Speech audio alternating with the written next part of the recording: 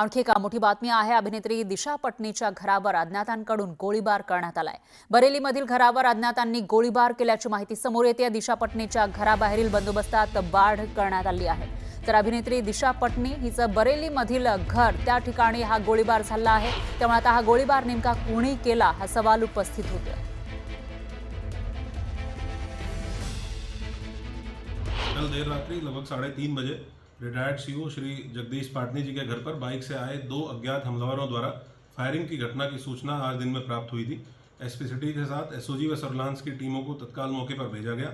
घटना की पुष्टि होने पर प्रार्थना पत्र लेकर गंभीर धाराओं में थाना कोतवाली पर एफआईआर पंजीकृत की जा रही है। त्यानंतर एक मोठी बातमी, मुंबई हायकोर्टाला बॉम्ब न उडवून देण्याची धमकी आल्याची माहिती मिळाली आहे। या पार्श्वभूमीवर मुंबईत हायकोर्टात असलेल्या सर्व न्यायाधीश, वकील, कर्मचारी आणि इतर स्टाफ यांना हायकोर्टाच्या बाहेर जाण्याची विनंती करण्यात आली आहे। सर्वजण मुंबई हायकोर्टाच्या बाहेर पडतायत। आमचे प्रतिनिधी उदय जाधव हे तिथून आपल्या सोबत आहेत। उदय, बॉम्बची धमकी आल्यानंतर काय खळबळ माजली तिथे? एक मोठी बातमी आहे श्वेता, आपण पाहतोय मुंबई उच्च न्यायालयाच्या बाहेर सर्व वकील असेल, न्यायाधीश असेल, इमारतीतला स्टाफ असेल, सर्वजण बाहेर आलेले आहे। मुंबई हायकोर्ट आहे आणि हायकोर्टाची ही मुख्य इमारत आहे, हेरिटेज इमारत आहे आणि याच इमारतीला बॉम्बने उडवून देण्याची धमकीचा मेल जो आहे तो मुंबई पोलिसांना प्राप्त झालेला आहे। त्यानंतर मुंबई पोलीस जे आहेत सातत्याने इथे आपण पाहतोय की सर्व इमारतीला जो हे असतील, नागरिक असतील, वकील असतील, जजेस या सर्वांना बाहेर काढा। आपण समोर पाहू शकतो सर्व पोलीस जे ते सतर्क झालेले आपल्याला पाहायला मिळत आहेत। पोलिसांनी संपूर्ण इमारतीचा ताबा जो आहे तो घेतलेला आहे। सर्व पोलीस जे सर्व नागरिकांना बाहेर काढण्याचे प्रयत्न करत आहेत जेणेकरून इथे त्यांना सुरक्षात्मक चाचणी करता येईल। बॉम्ब शोधक पथक जे आहे ते देखील इथे घटनास्थळी दाखल झालेलं आहे आणि बॉम्ब शोधक पथक जे आहे ते आता संपूर्ण इमारतीचा एक कसून तपासणी करणार आहेत। आपण जर इमारतीकडे पाहिलं तर आपण पाहतो वरती इमारतीमध्ये देखील पोलीस जे आहेत ते दाखल झालेले आहेत। पोलीस देखील आपण काही ठिकाणांमध्ये पाहू शकतो।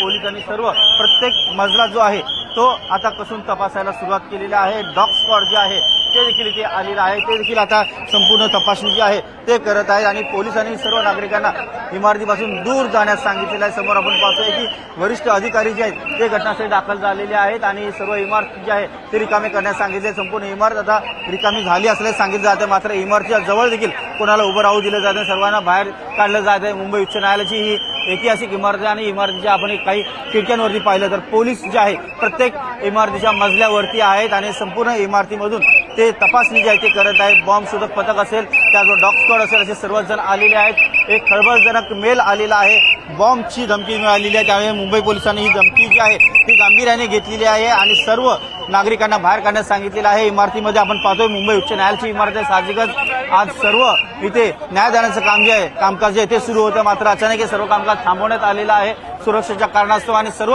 नागरिकांना, इमारतीमधील वकिलांना, न्यायाधीशांना आणि त्याचबरोबर जे इतर कर्मचारी होते त्या सर्वांना इथून बाहेर काढण्यात आले। समोर आपण पाहतो की पोलिसांच्या फक्त गाड्या दिसत आहेत, स्टाफ दिसत आहेत आणि संपूर्ण इमारत जी आहे ती रिकामी करण्यात आलेली आहे। संपूर्ण इमारतीचा आता कसून तपासणी जी आहे ती केली जाणार आहे। त्यासाठी बॉम्ब शोधक पथक जे आहे ते देखील इथे घटनास्थळी बोलवलेलं आहे। बॉम्ब शोधक पथक देखील इथे घटनास्थळी दाखल झालेलं आहे। त्याचबरोबर इमारतीच्या बाहेर देखील पोलिसांनी गर्दी करू नये आणि दूर करण्यास नागरिकांना त्यांनी सुरुवात केली आहे। आपण पाहतो सर्व पोलीस जे आहेत नागरिकांना बाहेर काढत आहेत जेणेकरून कुठलाही घातपात झाला तर नागरिकांच्या जीवाची सुरक्षा जी आहे ती अत्यंत महत्त्वाची असणार आहे। वरिष्ठ पोलीस अधिकारी देखील इथे घटनास्थळी दाखल झालेले आहेत। सर्वत्र फक्त पोलीस आपल्याला दिसत आहेत आणि मुंबई हायकोर्टाची ही ऐतिहासिक इमारत आहे आणि या इमारतीमध्ये आता कसून तपासणी जी आहे ती सुरू केलेली आहे। आपण पाहतो की अनेक वकील आहेत इथे, अनेक नागरिक आहेत तिथे, सर्वांना अचानक इथून बाहेर काढण्यास सुरुवात जी आहे झालेली आहे।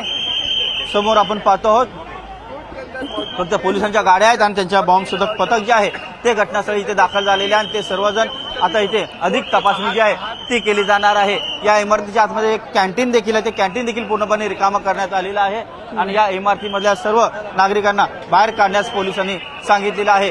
मुख्य रस्ता आहे, हुतात्मा स्मारकच्या समोरचा हा रस्ता आहे आणि या रस्त्यावरती देखील मोठ्या प्रमाणात ट्रॅफिक जाम झालेला आहे कारण इमारत अचानक रिकामी करण्यास सांगितलेलं आहे आणि इमारतीमध्ये सर्व जे नागरिक होते, वकील होते, न्यायाधीश होते ते सर्वजण आता बाहेर पडलेले आहेत आणि मुख्य रस्त्यावरती आलेले आहे। संपूर्ण इमारतीचा परिसर जो आहे तो रिकामा करण्यास सांगितलेला आहे। काहीसं भयभीत असं तणावाचं वातावरण जे आहे ते देखील आपल्याला इथे पाहायला मिळतं आहे।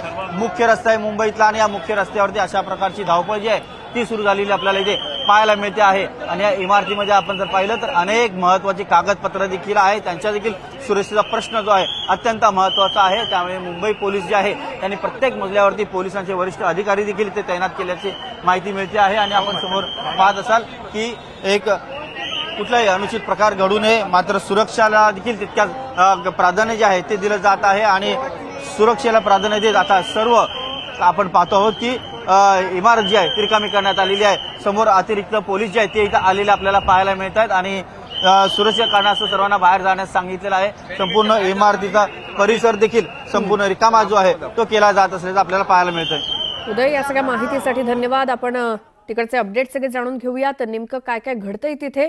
तुर्तास धन्यवाद।